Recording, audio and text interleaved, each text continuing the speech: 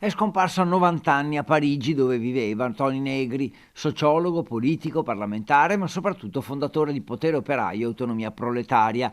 Preside della Facoltà di Scienze Politiche a Padova negli anni 70, fu coinvolto nelle vicende giudiziarie degli anni di piombo, nell'inchiesta cosiddetta del 7 aprile, processato, assolto dalle accuse di terrorismo e insurrezione armata, ma condannato a 12 anni per attività sovversiva.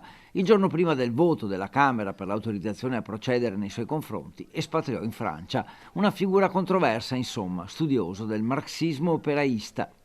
Capire che il Veneto cambiava, capire che cos'era l'industria e qual era il punto di sfruttamento dell'industria, quindi la classe operaia, e poi il superamento dell'industria fordista e quindi il cosiddetto post-operaismo, sempre orientandosi dalla parte degli sfruttati. Fu definito anche cattivo maestro e fu studioso della sinistra extraparlamentare. La sua ricerca è sempre stata da intellettuale, con rigore scientifico, ma anche militante, e questo è compiutamente marxista. Toni Negri si presentò in Italia dopo anni per scontare quel che restava della pena dopo un patteggiamento. L'ho conosciuto personalmente anche perché Venezia, da dove io vengo, è, diciamo così, la sua seconda città. Sulle vicende giudiziarie ricordiamo che, famosa vicenda Blitz del 7 aprile del 79, il grosso delle accuse in giudizio per Toni Negri caddero.